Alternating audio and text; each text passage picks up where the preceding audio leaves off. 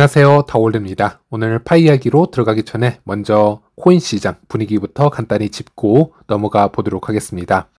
올해 암호화폐 시장 한번 리뷰를 해보면요, 비트코인과 이더리움이 사상 최고가를 갱신한 뒤에 원래라면 그 다음 순서로 다른 타 알트코인들도 힘을 받고 상승을 해줘야 되는 흐름이 나오는 게 정상적인 패턴이었다고 할 수 있습니다. 하지만 이번 사이클은 뭔가 달랐습니다. 비트코인, 이더리움 외 소수 알트코인만 잠깐 재미를 봤을 뿐 대부분의 알트코인들은 마치 사이클이 끝난 것처럼 큰 조정을 받았죠. 그리고 여기에 금리 인하가 2번이나 있었음에도 불구하고 이 제롬 파월의 매파적 발언과 미중 관세 전쟁 이슈가 겹쳐지면서 시장 전체가 계속 큰 하락을 피하지 못했습니다.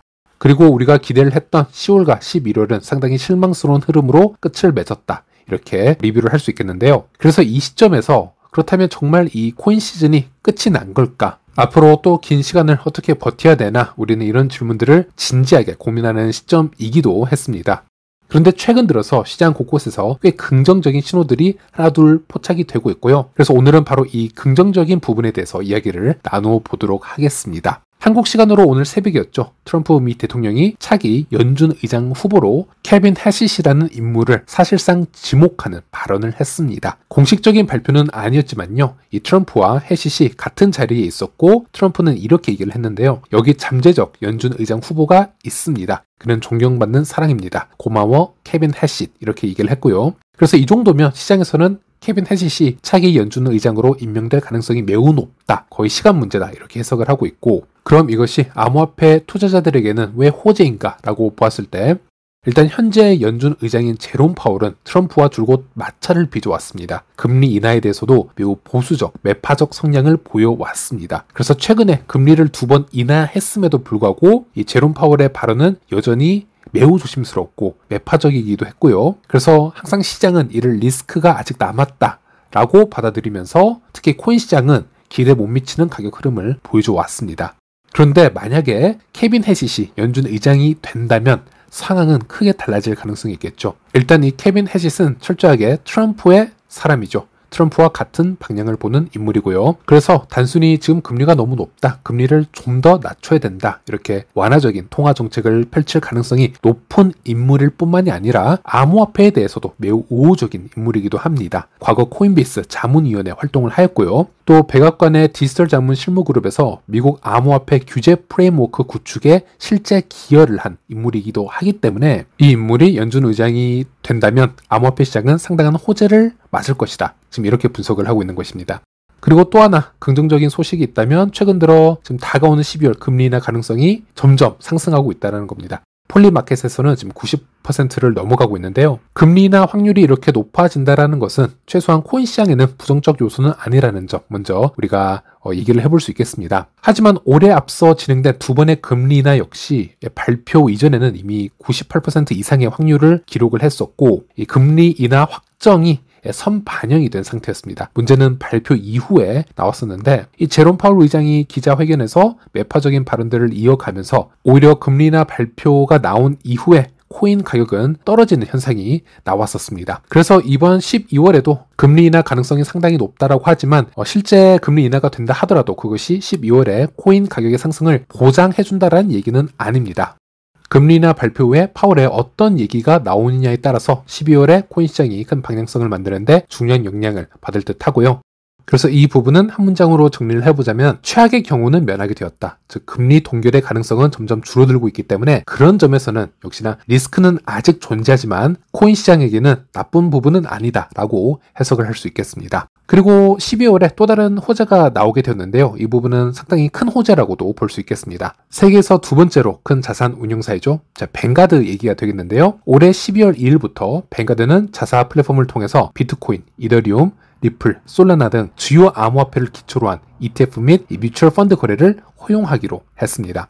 물론 뱅가드가 이번에 허용하고 있는 건 이 서드파티 암호화폐 ETF이고요. 뱅가드가 직접 운용하는 코인 펀드는 아니라고 합니다. 하지만 뱅가드가 약 5천만 명 이상 고객을 보유한 대형 자산 운용사라는 점을 고려를 해보고요. 이 고객들이 뱅가드를 통해서 암호화폐 투자를 쉽게 좀 접근을 할 수 있기 때문에 이런 점에서는 의미가 크다라고 할 수 있겠고, 그런 점에서 어제 코인 시장도 이것을 호재로 받아들이고 차트상 반등을 하는 모습을 확인할 수 있었습니다. 그리고 뱅가드는 블랙락에 이어서 두 번째로 큰 자산 운용사인데 블랙락이 비트코인 ETF를 받아들일 때 뱅가드는 암호화폐에 매우 부정적인 스탠스를 취해왔습니다. 그래서 암호화폐가 이 제도권 금융에서 완전히 받아들이는 데는 아직도 여러 장벽이 존재하구나 이런 한계들이 보여져 왔었는데 이제 세계에서 가장 큰 자산 운용사 1위, 2위 이 기업들이 모두 암호화폐를 좀 받아들이면서 암호화폐의 잠재적 성장이 더 보장되고 있는 건 아닌가 이렇게 우리가 해석을 해볼 수 있겠습니다. 그리고 12월 들어서 또 하나 긍정적인 신호가 등장했죠. 바로 X에서 확인된 바이낸스 전 CEO이죠. 창펑자오의 발언이 되겠는데요. 창펑자오는 이렇게 얘기를 하고 있습니다.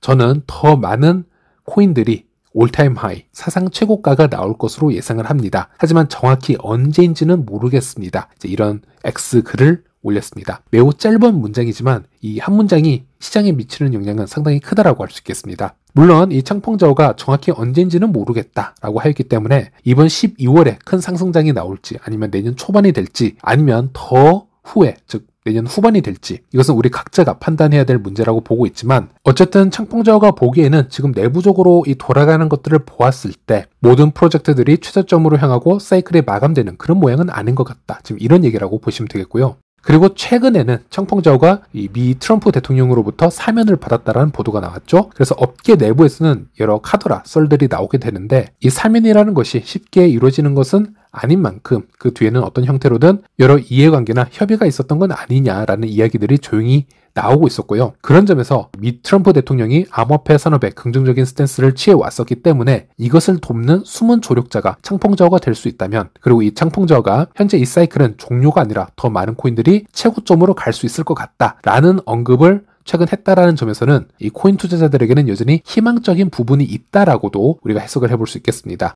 그리고 또 하나 주목해야 될 지표가 바로 이 공포 탐욕 지수라고 할 수 있겠습니다. 현재 이 공포 탐욕 지수는요, 28포인트로 여전히 공포 단계에 머물러 있는데요. 최근까지도 최저점 영역이 있었는데 지금은 조금 회복된 정도라고 보시면 되겠습니다. 그래서 이 말은 최근 코인 시장이 상당한 하락과 극단적 공포를 이미 경험을 했다라는 뜻으로 풀이가 되겠습니다. 그런데 이런 최악의 분위기 속에서 이번 12월 들어 여러 긍정적인 신호들이 포착이 되고 있다라는 점에서는 이건 분명히 희망적인 부분이라고 볼 수 있겠고요. 만약 현재 시장이 온통 탐욕 모드였고 이 비트코인, 알트코인 가격이 이미 최고점을 모두 찍은 상황에서 이렇게 호재성 기사만 계속 쏟아진다면 오히려 투자자들은 더 불안해했을 수도 있습니다. 그럴 때는 보통 가격이 크게 덤핑이 되는 경우도 있기 때문이고요. 하지만 지금은 반대로 우리가 해석을 해볼 수 있겠죠. 비트나 이더인 경우에는 지난 한두 달 동안 정말 최악의 분위기를 보냈기 때문이고 알트코인 홀더들에게는 올해 어떤 좋은 경험을 해보지도 못했습니다. 그래서 이런 신호들을 단순히 더 큰 하락을 위한 페이크로 치부하기보다는 이것을 반등의 기회 또는 심리회복의 시작으로 해석을 해볼 수 있는 구간이 될 수 있다는 거죠. 그래서 시장이 항상 오르기만 할 수도 없고 항상 내리기만 할 수도 없기 때문에 현재처럼 심리가 바닥을 찍은 상태에서 이런 긍정적인 신호들이 조금씩 포착이 될 때 이런 구간을 조금 더 희망적으로 받아들이고 버티는 것도 하나의 전략이 될 수 있다고 봅니다. 네, 그래서 코인 시장 이야기는 여기까지 하도록 하겠고요. 이번에는 파이 이야기 해보도록 하겠습니다. 파이 12월 채굴 속도 변화가 있었습니다. 시간당 채굴 속도는 약 0.00312개로요. 지난 11월 대비 약 13.59% 상승한 수치를 보여주었습니다. 채굴 속도가 꽤 올랐다라고 좀 볼 수 있겠고요. 보통은 매월 채굴 속도는 하락한다라고 생각할 수 있겠지만 꼭 그렇지만은 않습니다. 역대적으로 이미 8차례 전월 대비 상승한 경험이 있고요. 특히 작년 8월이나 9월을 보게 되면 각각 21%, 16% 이상 상승하는 모습을 보여주기도 했습니다. 그리고 코어팀은 이미 작년에 홈페이지를 통해서 월별 채굴 속도 조정에 관련해서 얘기를 했었죠. 여러 공유 노드 등 원칙을 위배하는 노드 등의 보상 등을 취소할 경우에는 채굴 속도를 개선하는 이 개수가 변화하기 때문에 오히려 채굴률의 증가를 보여줄 수도 있다. 그리고 이러한 현상은 앞으로도 지속될 가능성이 있다라고 직접 공식적으로 언급을 한 적이 있었습니다. 즉 이번에도 무려 약 13% 이상 상승을 하였기 때문에 코어팀만 물론 내부적으로 알 수 있겠지만 월별 채굴률에 큰 영향을 줄 만한 코인 보상의 취소 작업이 있었을 수도 있겠고요. 어쨌든 채굴 속도가 약 13% 이상 상승한 만큼 이 계속 채굴하시는 분들 또 파이 노드 운영하시는 분들에게는 어느 정도 동기부여가 될 수 있지 않을까 또 이것을 기회로도 보시면 될 것 같습니다. 네, 그리고 또 다른 소식을 보면요. 이 파이 온체인 데이터를 보면 코어팀 재단 지갑을 제외를 하고 또 거래소 지갑을 제외했을 때 가장 많은 파이코인을 보유하고 있는 지갑이 바로 이 GASW 지갑이 될 텐데요. 현재까지 약 3억 8천만 개 이상의 파이코인을 보유를 하고 있습니다. 그래서 이 지갑이 지속적으로 OKX 거래소나 타 지갑으로부터 파이코인을 대량으로 가져오기만 하고 있고요. 다른 곳으로 사용한 흔적이 없는 지갑이라고 할 수 있겠습니다. 그래서 이 지갑의 정체가 상당히 궁금한 상태였는데요. 최근 캔디님과 대화를 해보았고 하나의 정보를 받을 수 있었는데 파이 메가모드에 따르면 이 GASW라는 지갑은 이 파이빗의 지갑이다 라고 언급을 하고 있습니다. 물론 코어팀의 공식적인 메시지가 아니라 메가모더의 발언이기 때문에 100% 확실하다고는 할 수는 없으나 일반적으로 메가모더 수준에서는 일반 파이오니어나 일반 모더들보다 더 많은 정보를 코어팀으로 받고 있기는 합니다. 그래서 이것이 파이빗의 지갑일 가능성도 있겠구나, 일단은 그 정도로 생각을 해 주시면 되겠고요. 참고로 이 파이빗은 이미 파이 홈페이지에 실린 미카백서 첫 장에 실려있던 법인 이름이고요. 그리고 이 법인에 대해서도 이 커뮤니티에서는 여러 토론이 벌어지고 있습니다. 그래서 한 예로 이 파이빗은 미카 규정 준수와 상장 법적 책임 분리를 위해서 만들어진 별도의 법인이고 코어팀이 직접 발행자로 서지 않기 위한 구조적 장치이다 라고 얘기가 나오기도 했습니다. 물론 이런 부분도 토론 의견 중 하나라고 보시면 되겠고요. 그래서 메가모더가 언급한 것처럼 이 GASW 지갑은 파이빗의 소유로 알려져 있고 그래서 정확한 목적은 모르겠지만 파이코인을 계속 모으고 있는 중이다, 이렇게 보시면 되겠습니다. 네, 이번에는 오픈마인드 소식도 한번 살펴보도록 하겠습니다. 오픈마인드는 여러분도 아시다시피 파이벤처스의 첫 번째 투자 대상 기업이고요. 현재 파이 생태계와 협력 관계를 이어가고 있는 기업이기도 합니다. 그래서 오픈마인드는 이 파이 생태계에서 운용되고 있는 수십만 대의 분산 노드 컴퓨팅 파워를 활용을 해서 AI 모델을 학습하고 테스팅하는 그런 실험을 진행 중인데요. 즉 파이의 거대한 노드 네트워크가 단순 블록 검증뿐만이 아니라 AI 인프라로도 활용이 될 수 있다, 그런 가능성을 연구하고 있는 상태입니다. 그리고 오픈마인드는 휴머노이드 로봇을 직접 개발하는 기업이기 때문에 단순히 움직임을 구현해서 인간을 돕는 로봇뿐만이 아니라 인간을 대상으로 실제 상업적 활동까지 수행할 수 있는 그런 로봇 개발을 목표로 하고 있습니다. 그렇다면 이런 로봇이 인간을 위해서 결제 기능까지 수행하려면 AI나 로봇이 서로 통용할 수 있는 디지털 화폐가 반드시 필요해질 수 있겠죠. 이 부분에서 블록체인 기반 암호화폐는 매우 자연스러운 솔루션이라고 할 수 있겠습니다. 그리고 이런 이유 때문에 오픈마인드는 최근 USDC 발행사인 서클과 공식 협업을 체결했습니다. 이 흐름에서 중요한 포인트가 하나 있겠죠. USDC와 같은 스테이블 코인이 AI나 로봇에서 사용되기 시작한다면 AI 간의 상호작용을 규율할 수 있는 새로운 법적 구조가 필요해질 수 있습니다. 인간의 법 체계는 AI가 실시간으로 결제하고 협업하는 방식에 바로 적용되기 어렵기 때문에 그래서 결국 스마트 컨트랙트와 같은 자동화된 디지털 규칙이 필요해질 수 있겠습니다. 그래서 그 프로그래밍으로 된 로직이 휴머노이드 로봇계에서는 그들만의 법이 될 수 있겠죠. 어쨌든 스마트 컨트랙트가 실질적으로 작동을 하고 또 그 위에서 그들의 화폐인 USDC와 같은 스테이블 코인이 작동을 하려면 블록체인 네트워크의 선택이 매우 중요해질 수 있겠습니다. 그럼 여기서 질문을 던질 수 있겠는데요. 그럼 오픈마인드와 USDC 조합에 적합한 블록체인은 무엇이 있겠는가라는 것이고, 일단 최근 랭크로만 보자면 이더리움이나 솔라나가 가장 대표적이라고 할 수 있겠습니다. 또는 최근 스마트 컨트랙트 성능이 대폭 강화가 되었던 이 스텔라가 될 수도 있겠죠. 그리고 이 스텔라의 경우는 오픈마인드와 스탠포드대 기반 커뮤니티에서 성장한 기업이라는 점에서 그런 공통점이 존재한다고 할 수 있겠고요.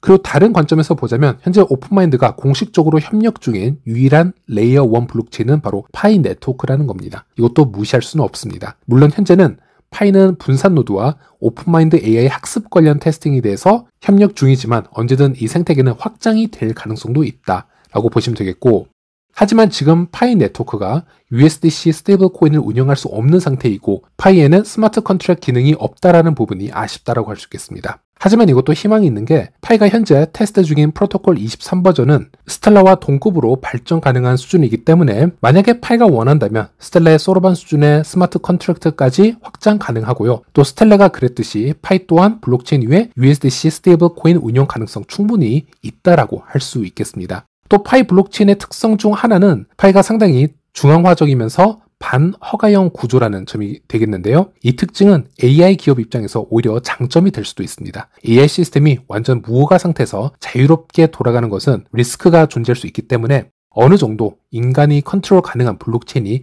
필요할 수도 있겠습니다. 그런 경우는 파이가 더 적합할 수도 있다라는 얘기가 되겠죠. 물론 현 단계에서는 너무 초기 단계이기 때문에 오픈마인드라는 기업이 최종적으로 어떤 블록체인과 더 넓은 협력과 테스팅을 진행할지 아직은 알 수 없지만 이렇게 여러 후보군을 두고 퍼즐을 맞춰보는 과정 자체가 현재 시장에서는 굉장히 흥미로운 요소가 아닐까 이렇게 말씀드릴 수 있겠습니다.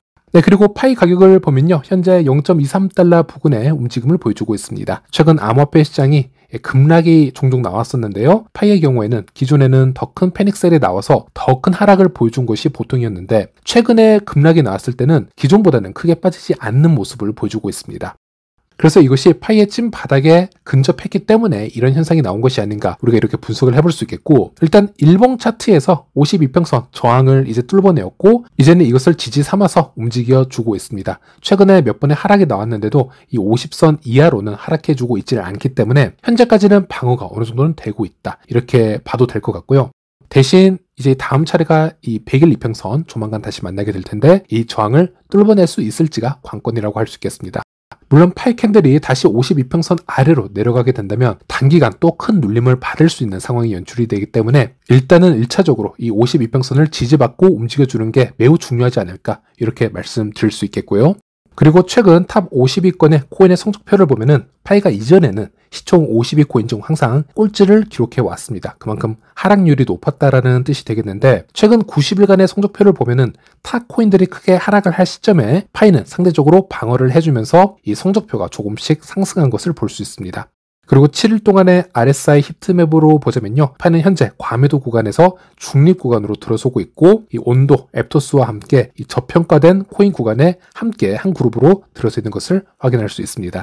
그래서 이런 표를 종합을 해서 보았을 때 파이가 이전에는 너무 큰 하락이 있었던 것은 팩트이고요. 하지만 제 개인적인 분석으로는 파이가 이제는 조금씩 바닥을 다지는 과정이 있기 때문에 이런 데이터가 조금씩 나오는 것이 아닌가 이렇게 말씀드릴 수 있겠습니다.